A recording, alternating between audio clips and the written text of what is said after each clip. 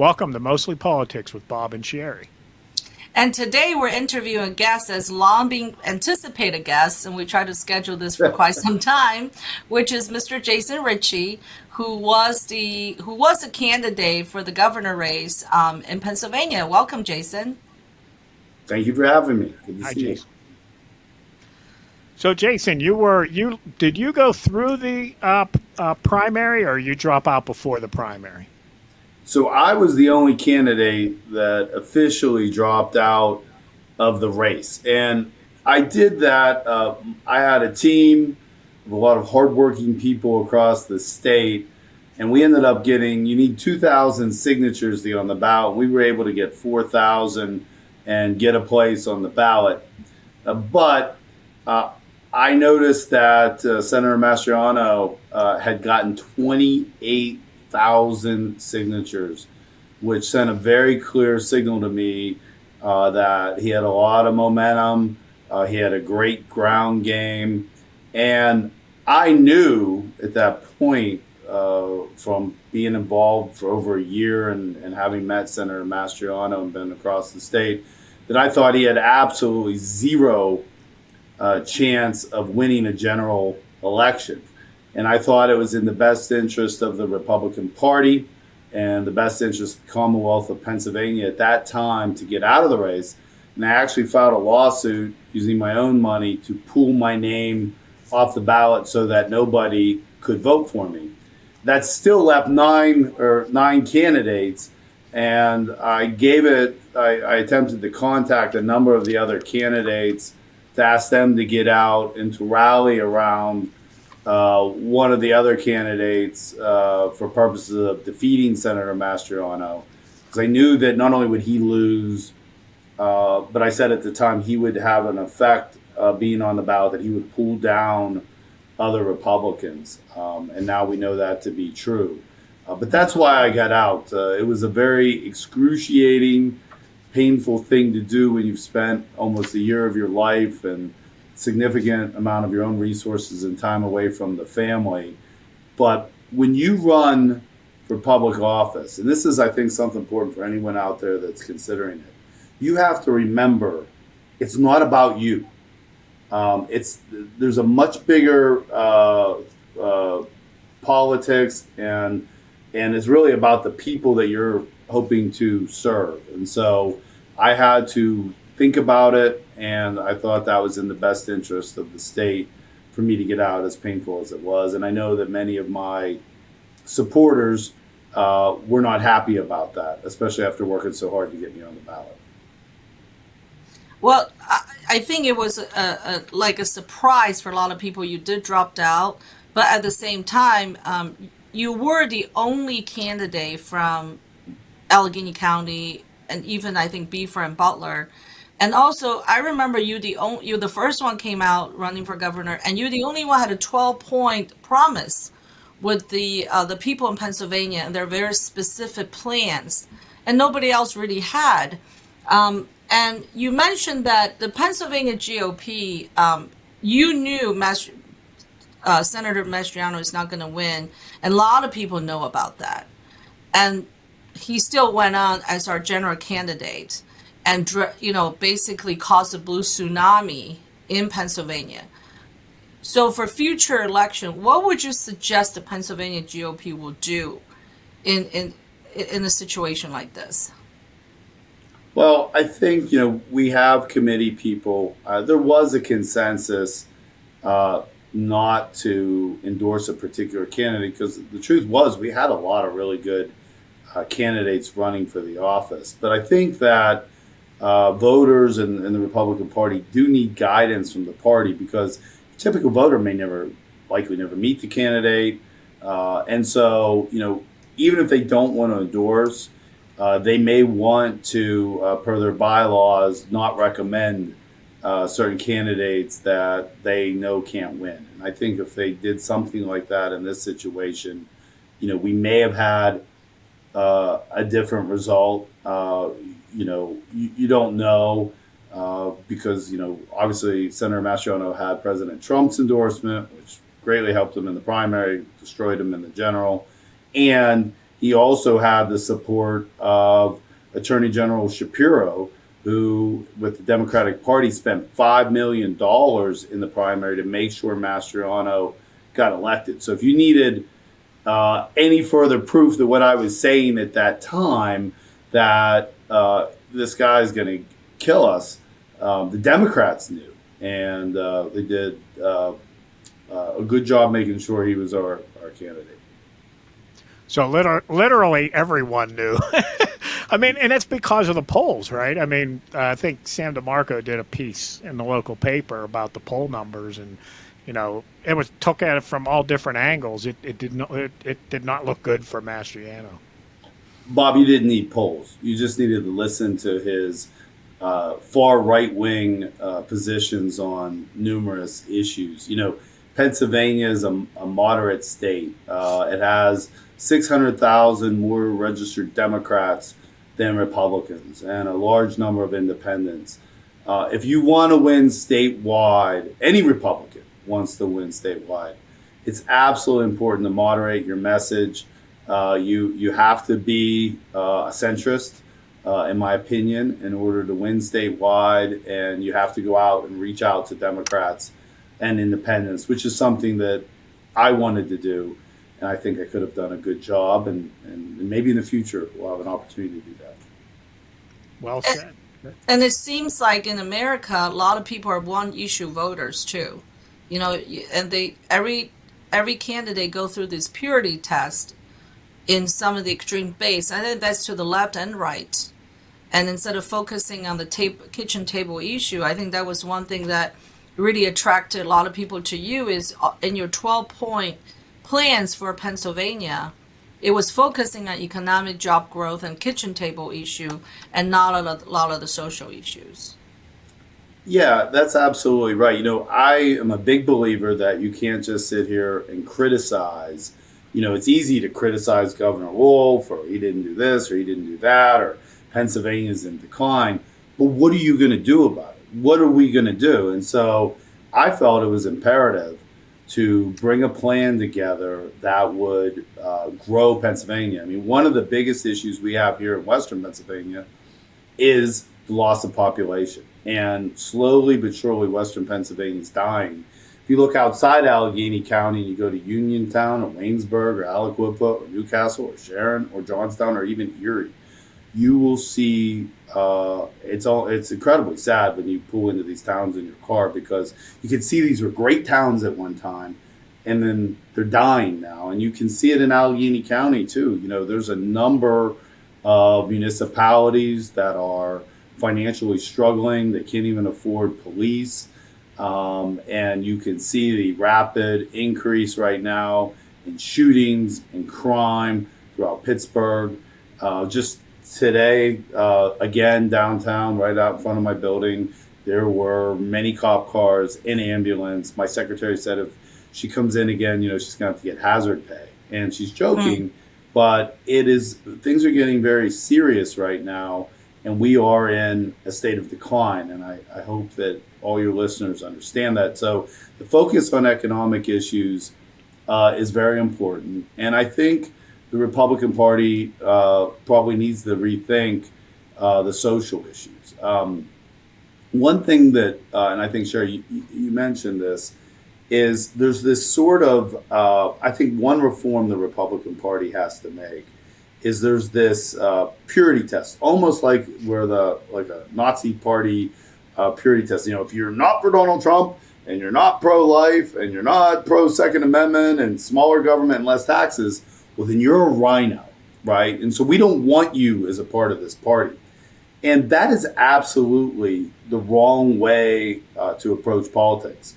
Ronald Reagan once said, if you're 80% with me, you're a friend and an ally. You're not a 20% traitor. We have to have a big tent on issues. If you're interested in winning, right? If you're interested in winning, I think we should try to find the most conservative candidate we can that can win.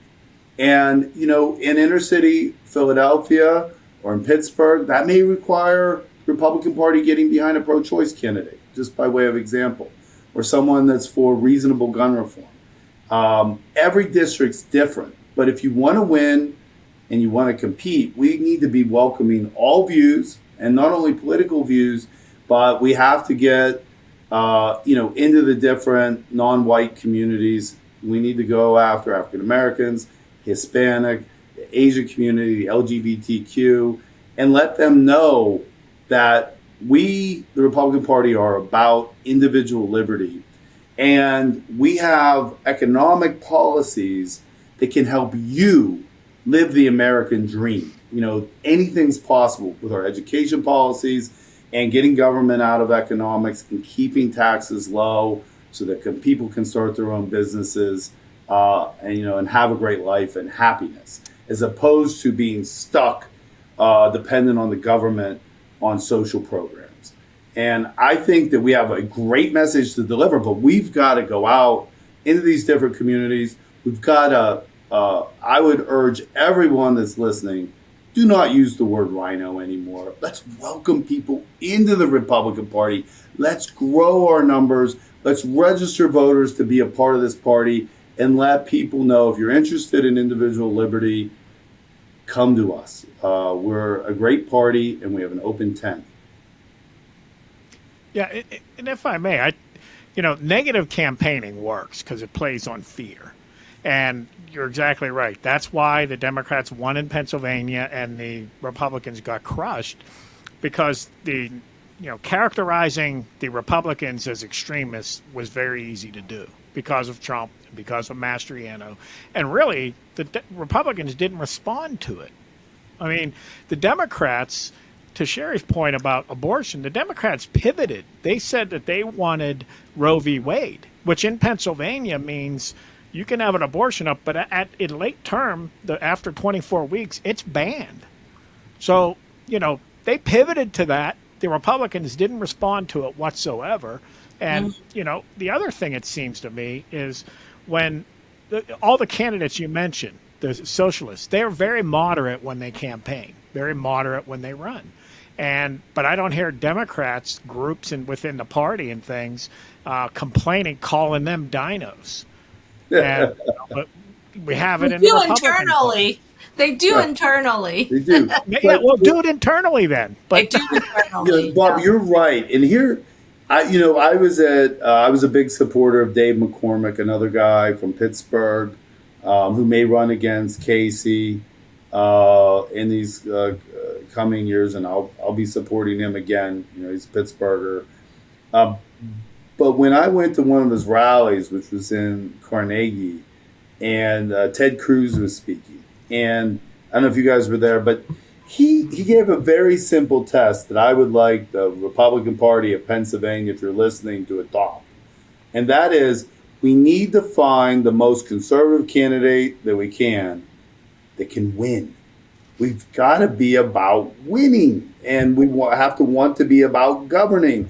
And we need to provide, in that regard, what I tried to do in the governor campaign, is solutions for the many problems that we have, and to talk frankly about problems like that nobody talks about, like such as, that we have the most expensive and largest legislature in the entire country, double the size of California's. I mean, it's outrageous. And I would say things like that, and then all the senators in the room and the reps, they would hide their head.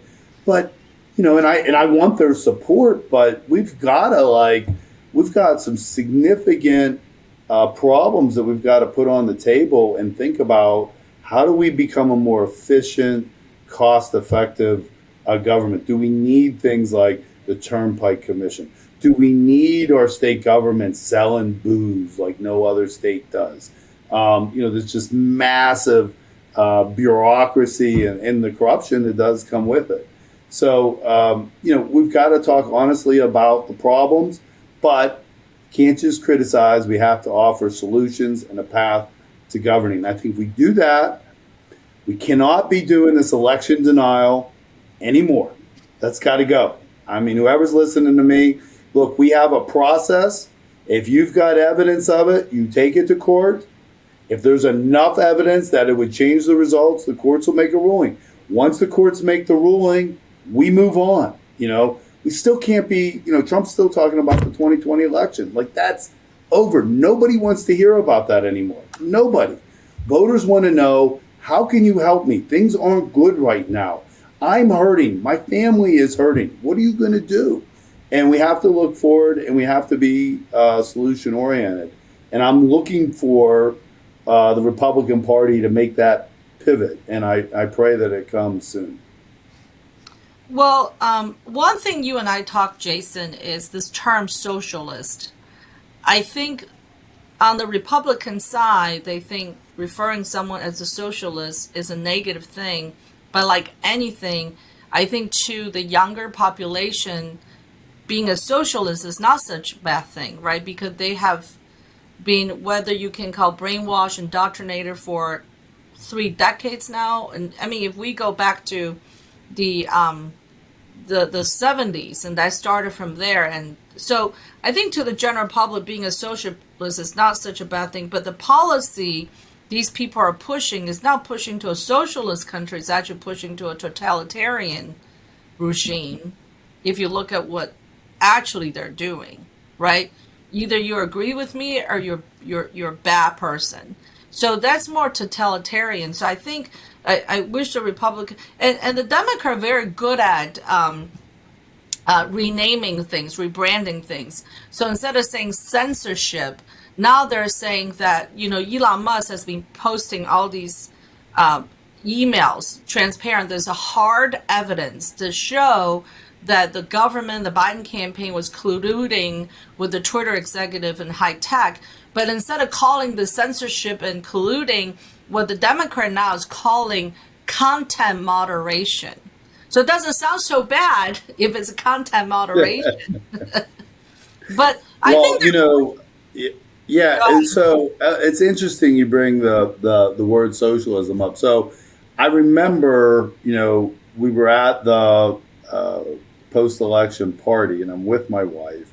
It was good to always bounce things off because you kind of get into the political world. And I said, my God, what has Allegheny County come to that we're electing, these socialists over very good Republican candidates that we had. I was really impressed with the whole group, and people like Summerlee and Lindsey Williams and Deluzio and Fetterman. I mean, we have these people that are proudly running as socialists, and I said, how could that be? And my wife said, I don't think socialist is considered a bad word. Because you saw a lot of our ads. Well, you can't vote for them because they're socialists. And I consider it a bad word. And I think maybe if you're old like me, 50 and over, you remember this thing called the USSR, right? It was the Union of the Soviet Socialist Republic.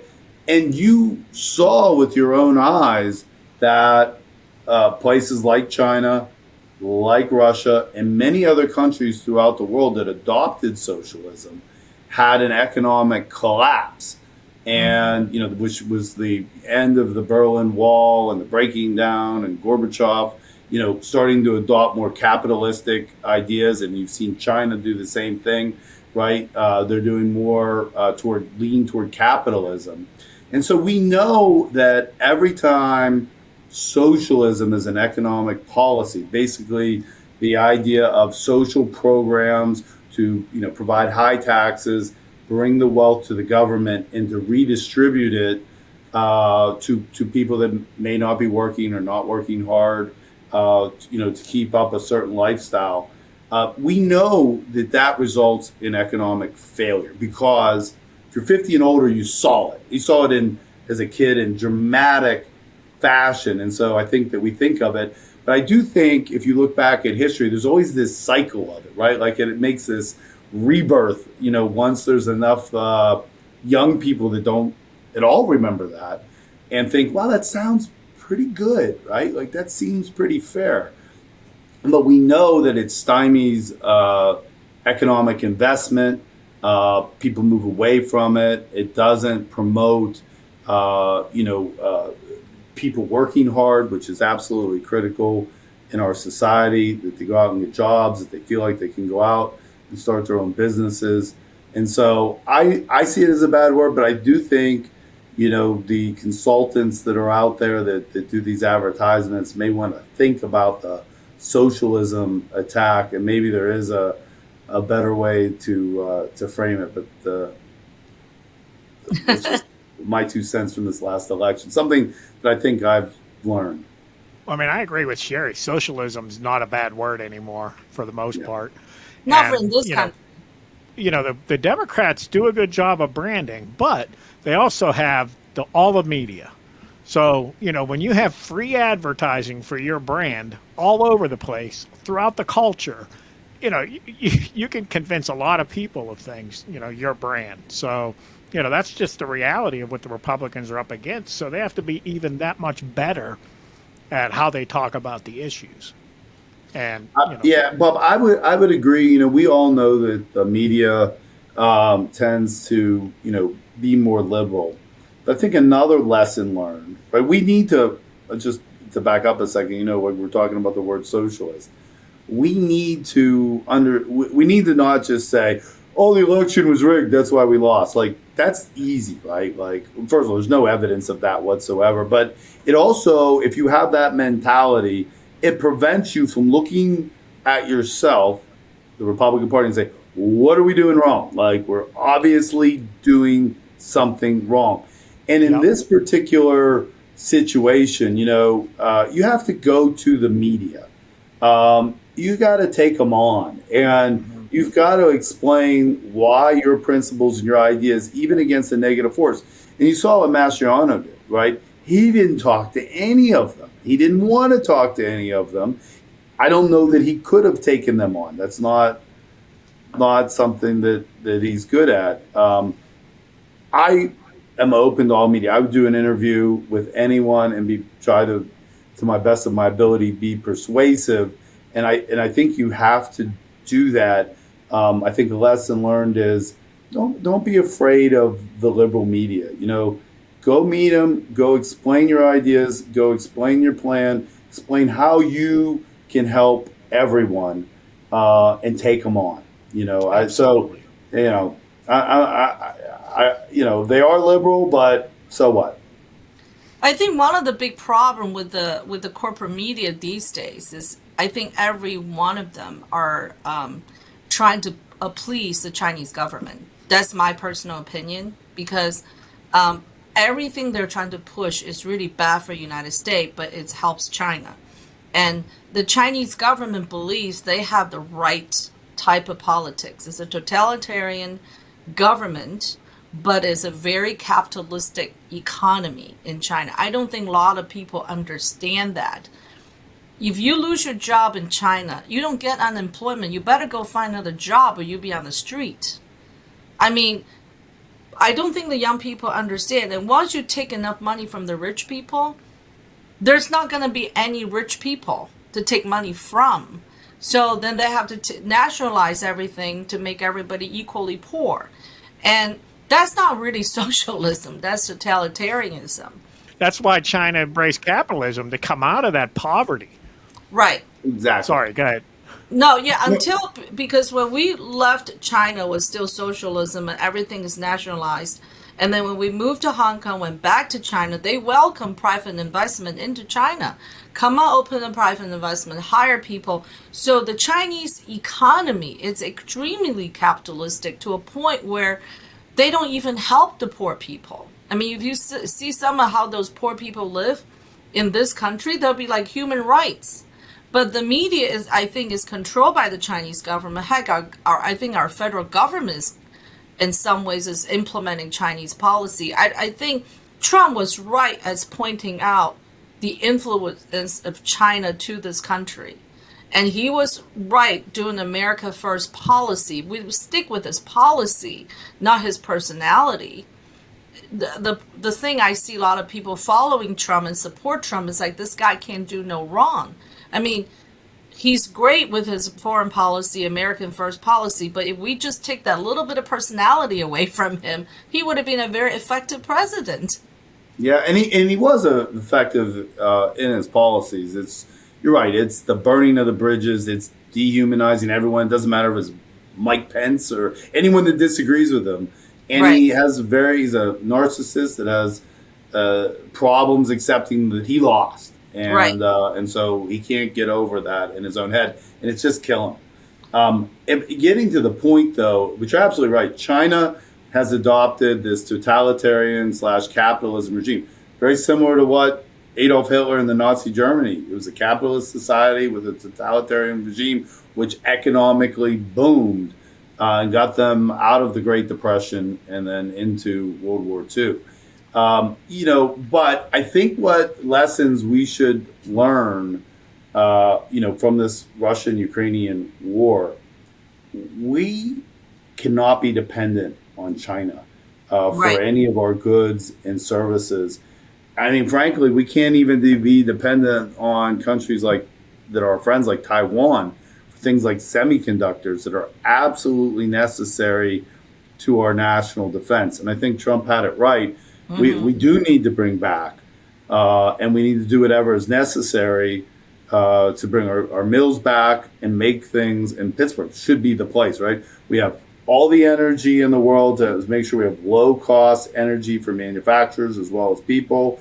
We have a fantastic robotics industry that's developed through Carnegie Mellon and the University of Pittsburgh. What better place with robotics and the highest level of technology with cheap energy to make things than right here in Allegheny County? And that's what we should be promoting. And that helps our country, helps our national security. And also, as I campaigned on for governor, if we could get that energy, and Sherry, you heard my speeches. I said it till I was blue in the face long before the Russian-Ukrainian war. We want our allies, NATO allies, to be dependent on Pennsylvania natural gas, not Russian. That's dangerous. So I totally agree with, we got to make sure that we make things here, because if we don't and we get into a war with China, there's going to be major supply chain issues, and we're going to go into a shortage of a lot of things quickly, whether it be baby formula, semiconductors, you name it. So I think that there is a movement here to bring manufacturing back. It is happening very slowly.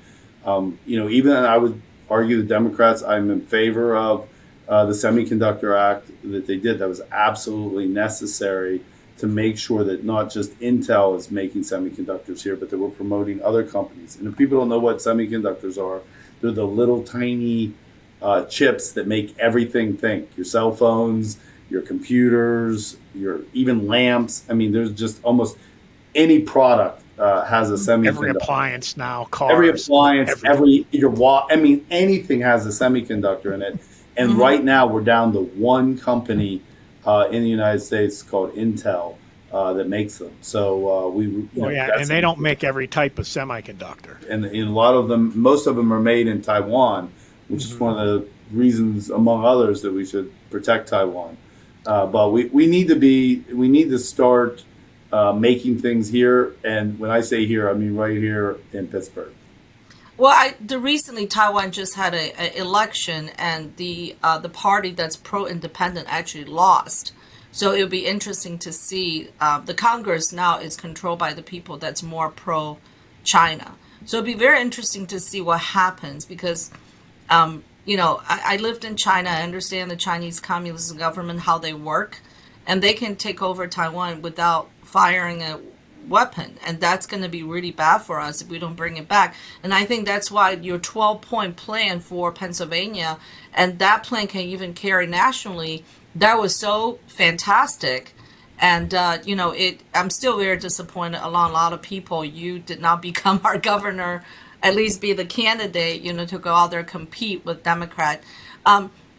With that 12-point plan you have, will you be able to take it to some of our legislator in Pennsylvania or somewhere to say, hey, look at this plan, because it is doable and it makes sense. It's Well, I've been. I'm not going to take full credit, but I brought a lot of those ideas to the surface. So if you just saw 3 or 4 weeks ago, Representative Martina White, who's the only elected Republican in Philadelphia of any kind, has put forth legislation to create a commission to build more pipelines across Pennsylvania and to build liquefaction plants in Philadelphia to begin the export of natural gas. So that's the kind of thing, Martina was someone I talked with quite a bit.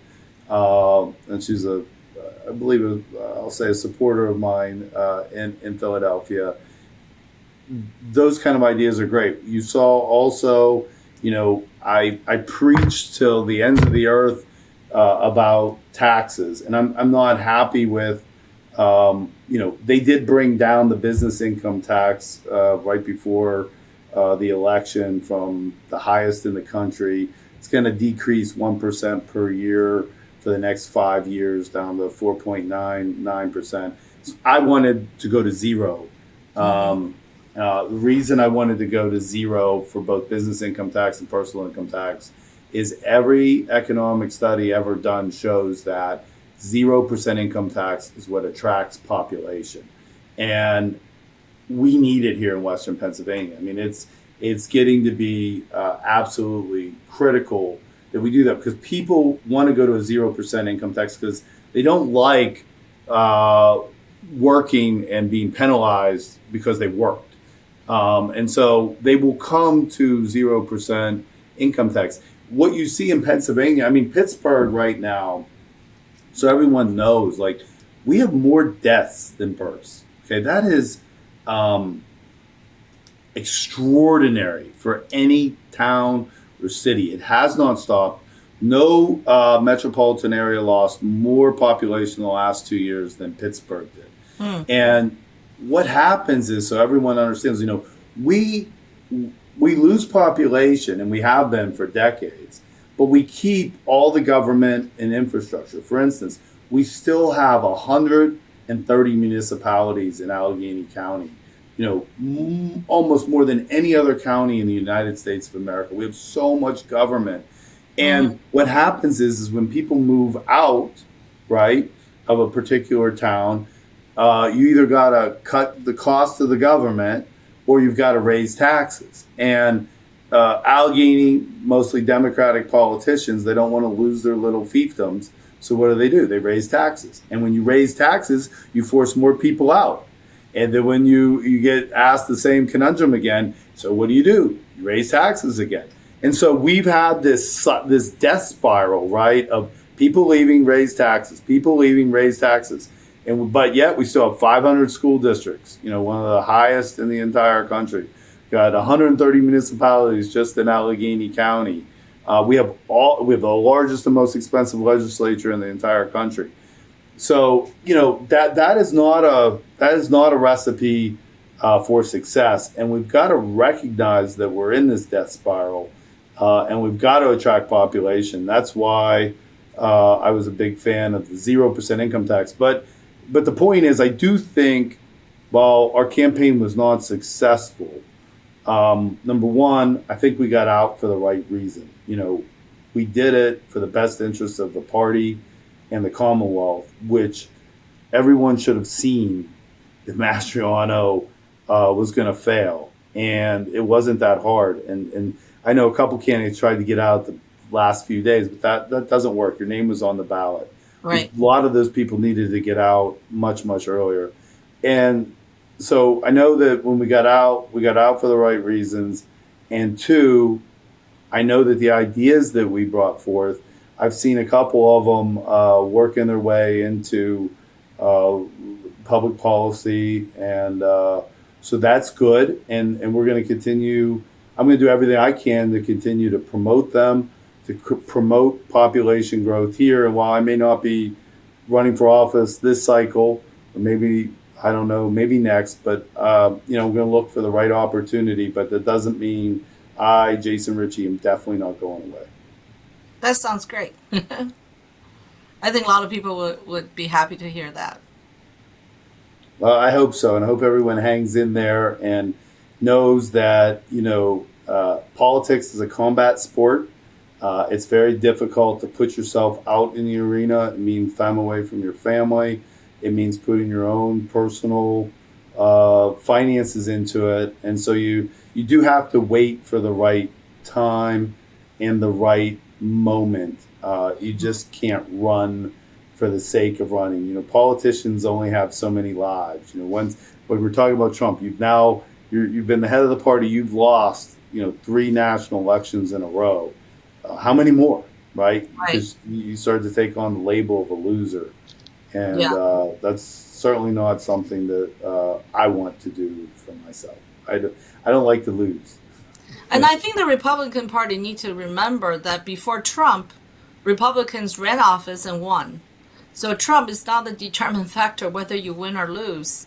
Plenty of Republican won offices throughout the country over decades and decades.